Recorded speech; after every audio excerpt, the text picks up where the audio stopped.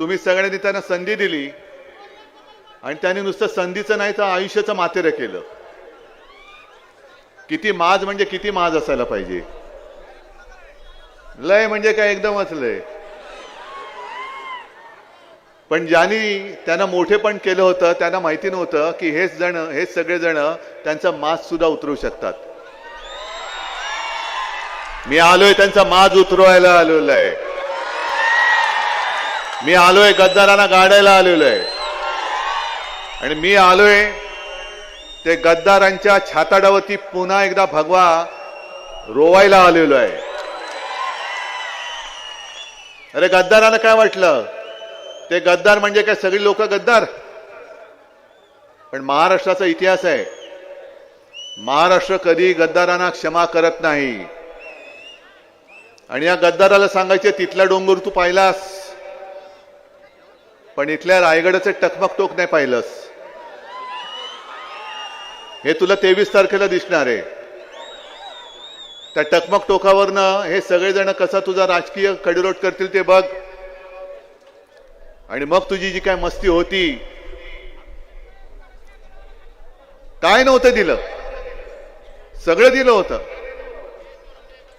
आणि प्रामाणिकपणाने सांगतो की खरं म्हटलं तर गेल्या वेळेलाच मी दीपक आबांना उमेदवारी देणार होतो आणि तसं आपलं बोलणंही झालं होतं. पण मध्येच एक तो धरण फोडणारा खेकडा घुसला.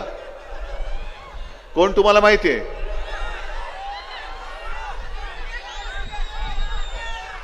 आणि त्यांनी सांगितलं की साहेब माझं ऐका हा 100% निवडून येतो.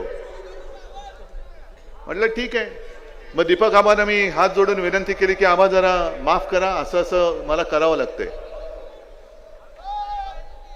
आणि त्यांचं कौतुक मला एवढ्यासाठी वाटतं की त्यांना सांगितल्यानंतर कुठेही लांडी लबाडी केली नाही. गद्दारी तर अजिबात केली नाही. बंडखोरी नाही केली. पण ठीक आहे उद्धवजी मी आणतो निवडून. म्हणजे असा सैनिक आपल्याला पाहिजे तुमच्यासाठी लढणारा. याला म्हणतात सैनिक. आता त्यांनी सांगितलं ना किती वर्ष थांबले होते. आता झालं. जी काय मध्ये तुमच्या स्पीड ब्रेकर होते ते सगळे आता आपण सपाट केलेले आहेत. एक मोठं ढेकुळ आहे ते पण यावेळेला सपाट करून टाकायचंय. आता निवडणूक रंगात यायला लागलेली आहे. साधारणतः 1 आठवड्यापूर्वी मी मुंबईत असताना मला पत्रकारांचे फोन यायचे की उद्धवजी यावेळेला काय लोकसभेसारखं काही दिसत नाही हो. म्हटलं का हो? नाही अजून काय असं गरम नाही होत. म्हटलं थांबा जरा. ही मशाल अजून आमची पेटली नाही मग सगळ्यांचं सगळं गरम होईल. आता बघा कशी पेटले मशाल. धगधगते आहे. आणि मी जिथे जातोय तिथे अशी तोबा गर्दी होते. लोक वाट बघतायत. जनता वाट बघते. जो गद्दारीचा वार त्यांनी केला तो केवळ उद्धव ठाकरेवरती नाही केला शिवसेनेवरती नाही केला तर आपली आई असलेल्या महाराष्ट्राच्या कुशीवरती यांनी वार केलेला आहे. आहेत आता मोदी आणि शहा फिरतायत. अमित शहाबद्दल तर काय बोलायचीच बात नाही. तो लगेरो मुन्नाबाई बघितलं होतं ना तुम्ही. त्यातले सर्किट सारखे फिरतायत. क्या करने का है भाई किसको उठाने का है बोलना भाई तू मैं करेला है ना. मैं काय माणसं काय भाषा. आणि येऊन जाऊन काय आता दीपक आबा तुम्ही जसं या सांगोलेकरांच्या व्यथा सांगितल्या अजूनही त्या निऱ्या उजव्या कालव्याचं पाणी थेट टेलपर्यंत येत नाही. कधी येणार? मी विदर्भात गेलो होतो मराठवाड्यात गेलो होतो. सगळीकडे शेतकरी हवाल दिले. इथे तुझं सुद्धा शेतकरी आलेत का? तुम्हाला शेताला भाव मिळतोय शेतमालाला तुमच्या? अरे पण आम्ही 370 कलम काढलं ना. 370 कलम काढलं ना. काढलं की नाही? मग तुम्हाला शेतमालाला भाव नाही मिळत. आम्ही 370 कलम काढलं. काय कशासाठी कुठे बोलताय? माझ्यावरती टीका करतायत की उद्धव ठाकरे 370 कलम काढायला ज्यांनी विरोध केला त्यांच्यासोबत बसलेत. अमित शहाजी, तुम्हाला जरा डोक्याला ब्राह्मी तेल वगैरे लावा,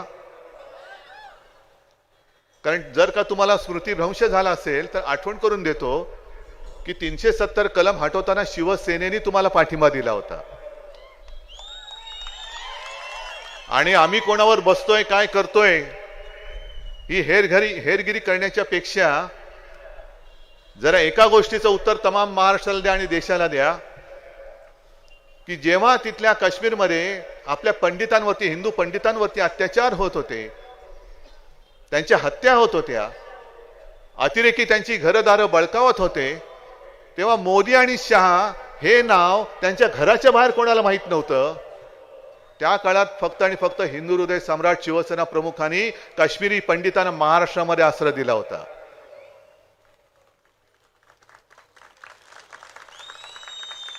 काय पंतप्रधान नव्हते बाळासाहेब. आणि मग तुम्ही 370 कलम काढल्याचा जो काही डंका पिट्टाय माझ्या इथल्या तहानलेल्या शेतकऱ्यासमोर, माता भगिनींसमोर, 370 कलम काढून किती वर्ष झाली? त्यावेळेला जेव्हा आपल्याकडे काही नव्हतं तेव्हा काश्मीरी पंडितांना महाराष्ट्रात आसरा दिला. मग पंतप्रधानपदी मोदी बसलेत, गृहमंत्री म्हणून अमित शहाजी तुम्ही बसला आहात. 370 कलम काढल्यानंतर किती काश्मीरी पंडितांना पुन्हा तुम्ही घरी घेऊन गेलात हे मला आधी पहिलं सांगा, मग तुमचा डंका पिठा. आज महाराष्ट्रातली जनता रोजगार मागते, तुम्ही सांगता 370 कलम काढलं. महाराष्ट्रातली जनता हमीभाव मागते, शेतकरी हमीभाव मागतोय, तुम्ही सांगताय राम मंदिर बांधलं. राम मंदिर बांधताना आम्ही नव्हतो तुमच्यासोबत. मी मुख्यमंत्री होण्याच्या आधी देखील गेलो होतो आणि मुख्यमंत्री झाल्यानंतर सुद्धा काँग्रेसच्या मंत्र्यांना घेऊन मी राम मंदिर मध्ये गेलो होतो. पण तुम्हाला सगळ्यांना काहीतरी असं भासवायचं, पुन्हा हिंदू मुस्लिम वाद आणायचा, आपण काहीतरी थोडस एक भान आपलं हरपतं आणि पुन्हा त्याने एकदा डोक्यावर घेऊन बसतो. इथले जे मूलभूत प्रश्न आहेत त्याच्यावरती का नाही बोलत? एक साधा प्रश्न मी तुम्हाला विचारतो, मुंबई पासून सांगोला किती लांब आहे ना? मग एवढ्या लांब असलेली मुंबई कोणाच्या घशात घालतायत? हा, जरा मोठ्याने बोला ना. अदानी. म्हणजे 400 किलोमीटर वरती किती अंतरावरती असलेली मुंबई कोणाच्या घशात घालतायत हे तुम्हाला कळतंय? मग उद्या विचार करा, यांचं सरकार परत आल्यानंतर तुमच्या सातबाऱ्यावरती अदानीचं नाव आलं तर काय होईल? येऊ शकेल की नाही शकेल मला सांगा तुम्ही. तुम्हाला वाटतं आज अतिशयोक्ती करतोय, पण मी एक ठरवलेलं आहे, आपलं महाविकास आघाडीचं सरकार आल्यानंतर जी मुंबई अदानीच्या घशात घातले, जी त्याच्या घशातनं काढून मी माझ्या महाराष्ट्राच्या भूमिपुत्रांना तिथे मुंबईत आणि मुंबईच्या आजूबाजूच्या परिसरात परवडणाऱ्या किमतीमध्ये मी घर देणार आहे. देऊन दाखवणारच. येऊन दाखवा मध्ये आडवे. एक महाराष्ट्र म्हणून काय आपल्याला स्वाभिमान आहे की नाही? काय मोदी शहानी यायचं आणि टपल्या मारून जायचं आणि मग त्यांनी टपली मारून गेल्यानंतर मग पुन्हा आपण शाहू फुले आंबेडकर म्हणून उभं राहायचं? हा महाराष्ट्र मर्दांचा महाराष्ट्र आहे. या महाराष्ट्राला तुम्ही पायपुसणं समजू नका. आणि दुसरा एक विषय फार महत्वाचा, तुम्हाला आज ही अतिशयोक्ती वाटत असेल, पण शांत डोक्याने विचार केल्यानंतर पट्टे की नाही ते मला सांगा. हा संपूर्ण पट्टा इथून पश्चिम महाराष्ट्र हा सहकाराचा पट्टा आहे ना? मग ते साखर कारखाने असतील, सहकारी बँका असतील, इतर काही उद्योग असतील. आजपर्यंत कधीही स्वातंत्र्यानंतर सहकार हा राज्याचा विषय, पण केंद्रामध्ये सहकार खातं तयार केलं गेलं आणि ते खातं अमित शहानी स्वतःकडे ठेवलेले. आता यांना जे काय वाटतंय, पलटायत तिकडत ना, अजित पवार बिवार सगळे जात आहेत, धाडी पडल्यानंतर सगळे पलटायत आणि त्यांना निवडून देण्यासाठी प्रचार करतायत. त्यांच्या लक्षात येत नाही भाजपची नीती ही वापरा आणि फेका अशी नीती आहे. काम पाहिजे, काम करायचंय तेव्हा वापर करायचा आणि काम झाल्यानंतर फेकून द्यायचं, ही यांची दळभद्री नीती आहे. आज हे यांना पक्षात घेतील, आजच आता यांनी सुरू केलेलं आहे की देवेंद्र फडणवीस त्यांचा मुख्यमंत्री असेल, मिंदेरा म्हणा बस भांडी घासत, आणि या डोंगरवाल्याला पण म्हणा की ते मिंदेला माती देत बस भांडी घासायला मदत करायला. झाला तुमचा उपयोग संपला. मग तसंच उद्या हे सहकार क्षेत्र हे अमित शहा गिळणार नाही कशावरून? सहकारी बँका अदानीच्या घशात घालणार नाही कशावरून? ही सुरुवात आहे. एक एक पाऊल पुढे पुढे टाकत टाकत टाकत त्या सगळ्या गोष्टी, म्हणजे ते त्यांचा काही तो नारा आहे ना, बटेंगे तो कटेंगे, तसं नाहीये. हम महाराष्ट्र को लुटेंगे आणि दोस्तों को बांटेंगे. यांना महाराष्ट्र लुटायचा आहे आणि यांच्या दोस्तांमध्ये तो वाटायचा आहे. बरं, जसं अमित शहानी मला काश्मीरची आठवण करून दिली, तशीच एक घटना आता 4 दिवसापूर्वी घडली. तुम्हाला कोणालाच माहिती नाहीये. मला मी ते ऑनलाईन बातम्या वाचल्या म्हणून मला ती कळली. कोणत्याही पेपरमध्ये आल्याचं मी तरी पाहिलेलं नाहीये. मोदी ज्या वेळेला महाराष्ट्रामध्ये भाषण करत होते, अमित शहा जेव्हा महाराष्ट्रामध्ये भाषण करत होते, त्याच वेळेला मणिपूरमध्ये एका महिलेवरती अत्याचार होत होता. 31 वर्षाची आदिवासी महिला, 3 मुलांची आई, घरामध्ये घुसले, तिच्या अत्याचार केला, आणि अत्याचार केलाय कमी पडले की काय म्हणून तुला जिवंत जाळून टाकण्यात आलं, जिवंत जाळून टाकण्यात आलं. तक्रार कोण घेणार? कोणाची हिंमत आहे? तक्रार झाली, आरोपींची ओळख अजून पटलेली नाही. आणि अमित शहा, तुम्ही देशाचे गृहमंत्री आहात, तुम्ही गृहमंत्र्यासारखं वागलं पाहिजेत. तुम्ही उद्धव ठाकरेला संपवण्यापेक्षा मणिपूरमध्ये जाऊन जे हिंसाचार करतात ना, त्यांना संपवून दाखवा. मणिपूरचा हिंसाचार थांबवून दाखवा. काश्मीरचं जे तुम्ही आम्हाला सांगताय 370 कलम, अजूनही तिकडे अतिरेक्यांचे हल्ले होत आहेत, आपल्या सैनिकांवरती होत आहेत, ते हल्ले अजूनही थांबलेले नाहीयेत, ते पहिले थांबवून दाखवा. आणि जर हे तुम्हाला जमत नसेल तर मी मोदींना सुद्धा सांगतोय, सोडा पंतप्रधान पद. तुम्हाला देशापेक्षा राज्याच्या निवडणुकीमध्ये तुमचा पक्ष जिंकावा हे महत्वाचं वाटत असेल तर पंतप्रधान पद सोडा, गृहमंत्री पद सोडा. आणि जसं आम्ही फिरतोय आमच्या पक्षाचे स्टार प्रचारक, तसं मोदी आणि शहानी भाजपचे स्टार प्रचारक म्हणून फिरलं पाहिजे. कुठे आमच्या तुम्ही मन की बात करताय, आम्ही जन की बात करतोय, जनतेची गोष्ट आम्ही करतो आहोत. हे खोकेवाले धन की बात करतायत, मी जन की बात करतोय. हा फरक आहे त्यांच्यात आणि आपल्यामध्ये. आणि इथे जे कोणी अपक्ष उभे राहिलेत, महाआघाडीचा उमेदवार एक आणि एकच आहे, दीपक आबा, ज्यांच्या हातामध्ये मशाल आहे. बाकींच्या बंडखोऱ्या आणि अपक्षांना धूप घालायचा नाही.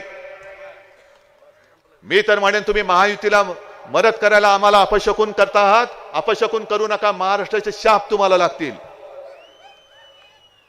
आहे ना, प्रत्येकाला त्याचं जे काय द्यायचं ते देत आलेलं आहे महाराष्ट्र. पण महाराष्ट्राच्या पायावरती हा धोंडा पाडू नका. जेव्हा आपलं सरकार होतं आणि मी मुख्यमंत्री होतो, मला तुम्ही सांगायचं, एक तरी उद्योग इथून गुजरातला मी नेऊ दिला होता?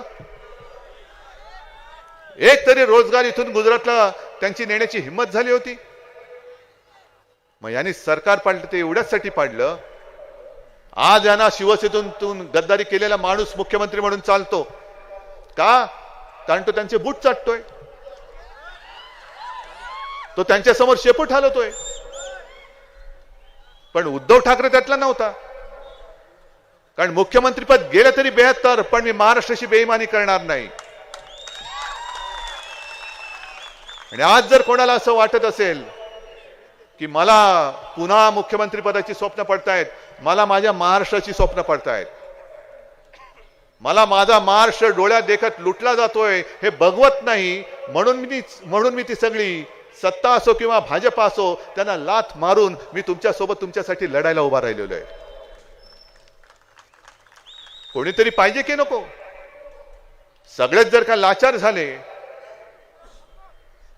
तर मग महाराष्ट्र कोणाचा राहील? छत्रपती शिवाजी महाराज, शाहू फुले, आंबेडकर यांचा महाराष्ट्र राहणार का मोदी, शाह आणि अदानीचा महाराष्ट्र होणार, हे ठरवणारी ही निवडणूक आहे. हे ठरवणारी ही निवडणूक आहे. अजूनही इथे तुम्ही काय काय सांगत होता, डाळिंब प्रक्रिया प्रकल्प पाहिजे, दुधाचा पाहिजे, याचा पाहिजे, का झाले नाहीत अजून? MIDC तरी आहे, बंद पडले. मग तुम्ही कुठे जाणार उद्योगाला? गुजरातला? हा, मोदी आले का सांगा, सगळ्यांनी अर्ज द्या, आम्हाला पण घेऊन जा अहमदाबादला. नाही, सुरतला गद्दार जातात. आणि म्हणून मी ठरवलंय, तुम्ही बोलत बरं झालं, सुरतीची आठवण केली बरं झालं. मी तर ठरवलेलं आहे, तुम्हाला मंजूर आहे की नाही सांगायचं. आपलं सरकार आल्यानंतर मी महाराष्ट्राच्या प्रत्येक जिल्ह्यामध्ये छत्रपती शिवाजी महाराजांचं मंदिर बांधणार आहे. मंजूर. आणि फक्त महाराष्ट्रात बांधून नाही थांबणार, मी सुरतेला सुद्धा महाराजांचं मंदिर बांधणार आहे, सुरतेमध्ये सुद्धा. मग तुम्ही माता भगिनी इकडे मोठ्या प्रमाणात जमल्यात, त्या म्हणतील हे सगळं ठीक आहे, आमचं काय, आम्हाला बरे की 1500 रुपये मिळत आहेत. बरे का हो? 1500 मध्ये घर चालतंय? काय मिळतं 1500 मध्ये? डाळ, तांदूळ, साखर, तेल, काय मिळतं? अरे आनंदाचा शिरा मिळतो की नाही? हा, नाही मिळत. जे नाही मिळत ते नशीबवान आहेत. हा, कारण ज्यांना मिळतो त्यांच्या आनंदाच्या शिऱ्यामध्ये लेंड्या मिळत आहेत. आणि हा मिंद्याचा आनंद, आणि त्या मिंद्याच्या आनंदाचा शिदा म्हणजे त्या शिद्यामध्ये लेंड्या उंदराच्या. आणि म्हणून आणखीन एक जे आपण ठरवलेलं आहे की आपलं सरकार आल्यानंतर महागाईने सगळे तुम्ही जे बेजार झालेले आहात, जीवनावश्यक 5 वस्तूंचे भाव आपण पुढची 5 वर्ष स्थिर ठेवून दाखवणार, म्हणजे दाखवणारच. आणि ते सुद्धा शेतकऱ्याचं नुकसान होऊ न देता अजिबात होऊ देणार नाही. कारण काहीतरी या गोष्टी केल्या पाहिजेत. मुलींना मोफत शिक्षण मिळतं. आता दीपक आबा तुम्ही सांगितलं मुलांना मुलीच मिळत नाही, का नाही मिळणार? मिळालंच पाहिजे. नोकरी पहिली मिळाली पाहिजे. आणि नोकरी मिळायची असेल तर पहिलं शिक्षण मिळालं पाहिजे. आणि म्हणून आपण आणखीन एक जे वचन तुम्हाला मी देतोय, जसं मुलीला मोफत शिक्षण मिळतं तसं मी महाराष्ट्रातल्या प्रत्येक मुलाला सुद्धा मोफत शिक्षण देणार, म्हणजे देणारच.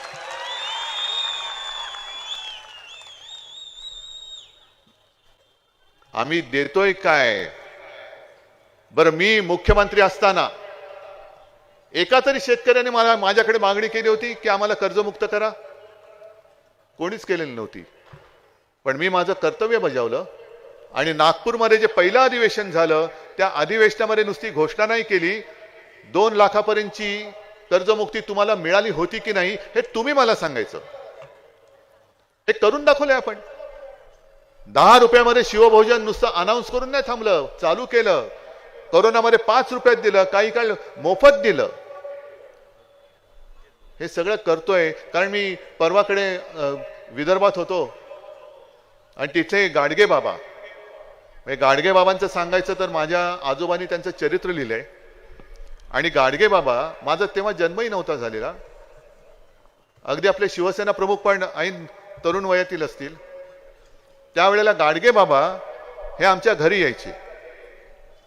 पण आजोबा नेहमी सांगायचे की घरी आले तर आतमध्ये येऊन सोफ्यावरती नाही बसायचे, दरवाजाच्या बाहेर, पाठीकडनं दरवाजाच्या बाहेर तिकडे उभे राहायचे आणि माझ्या माला हाक मारायचे,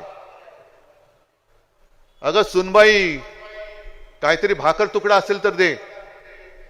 मग आता गाडगे बाबा आलेत आत या. नाही नाही, मी इकडेच आहे. मग माझी काहीतरी स्वयंपाकाला लागायची. तुला नाही, आत्ता नाही, तुझ्याकडे शिळं पाका काय असेल तर दे. आता तुम्हाला शिळं कसं देणार? नाही, मला तेच पाहिजे. मग ठीक आहे, काय घरातलं असेल ते त्यांना द्यायची. मग ते बाहेर, घराच्या बाहेरच झाडाखाली बसून खायचे आणि निघून जायचे. पण त्या गाडगे बाबांनी जी आपल्याला एक शिकवण दिले, आज देखील राजकीय पक्ष नुसते बोलतायत जाहीरनामा म्हणून, पण देत कोणीच नाही. गाडगे बाबांची जी दशसूत्री होती की जो भुकेला असेल त्याला अन्न द्यायचं, तहानला असेल त्याला पाणी द्यायचं, ज्याच्याकडे कपडे नाहीत त्याला कपडे द्यायचे, बेघराला घर द्यायचं, तरुणांना रोजगार द्यायचा, तरुण तरुणींची लग्न लावून द्यायची. ही केवढी मोठी शिकवण आपल्या संतांनी तेव्हा सांगून गेले. कोण होते गाडगे बाबा? काय उमेदवार होते? काय होतं त्यांच्याकडे आणि काय करायचं होतं त्यांना? पण ही माणुसकीची जी काही शिकवण आहे, ही माणुसकीची शिकवण हे आता विसरायला लागले. धर्माधर्मामध्ये मारामाऱ्या करून, आगी पेटवून निवडून येण्याची जर काही स्वप्न बघत असतील तर यांचं हिंदुत्व मी हिंदुत्व मानायला तयार नाही. आज देखील मी येताना अनेक मुस्लिम कार्यकर्ते माझ्या स्वागतासाठी उभे होते. काय केवळ मुसलमान म्हणून त्यांना मी झिडकारून टाकू? मग भाजपला मी सांगतोय, तुम्ही तुमच्या पक्षामध्ये दरवाज्यावरती बोर्ड लावा आणि तुमच्या पक्षात जेवढे मुस्लिम असतील त्यांना सांगा तुम्हाला भाजपात स्थान नाही, जा बाहेर. करताय?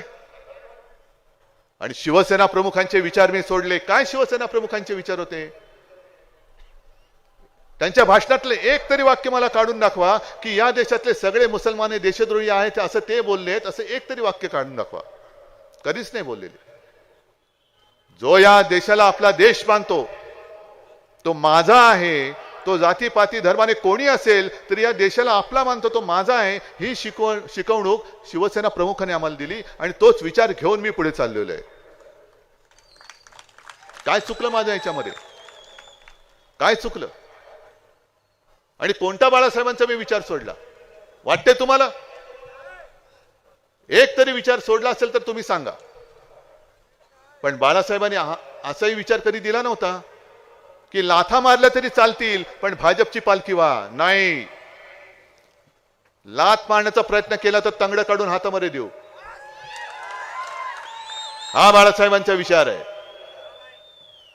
ज्या वेळेला तुम्हाला कोणी महाराष्ट्रामध्ये ओळखत नव्हतं तेव्हापासून, म्हणजे कधी साधारणतः 85-90 सालापासून कोणी भाजपला ओळखतच नव्हतं.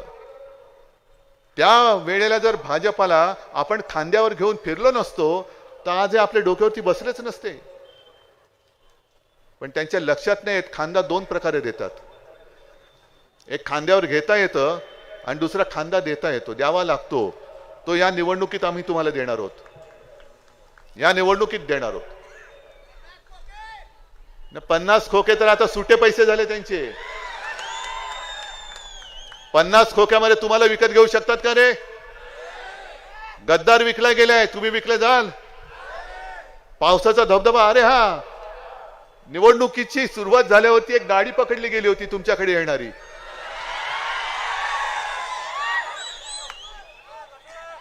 हा, कोणाची होती गाडी? असं मी ऐकलंय, खरं खोटं माहित नाही, असं ऐकलंय की त्याच्यात 25 कोटी होते पण 5 कोटी दाखवले गेले. मला माहित नाही कोणाची गाडी होती, आपण नाही बाबा, आपल्याला नाही माहिती. आता बाकीचे 20 कोटी इकडे पोहोचले असतील, मला नाही माहिती. कदाचित ते तुम्हाला वाटतील, मला माहिती नाही. पण हा हरामीचा पैसा घेऊन तुम्ही तुमचं आयुष्य विकणार आहात का? आम्ही तुम्हाला काहीतरी देतोय. जसं मी तुम्हाला सांगितलं की महिलांची जी आज 1500 रुपयाची जी योजना आहे, यांनी बरोबर निवडणूक आयोगाच्या माध्यमातून ती बंद करून टाकली. म्हणजे तुम्हाला दाखवलं की आम्ही तुम्हाला देऊ इच्छितो पण आम्हाला हे देऊ देत नाहीत. मग आम्ही तुम्हाला वचन देतोय, अरे 1500 काय, आपण आपलं सरकार तुम्हाला 3000 रुपये देईल.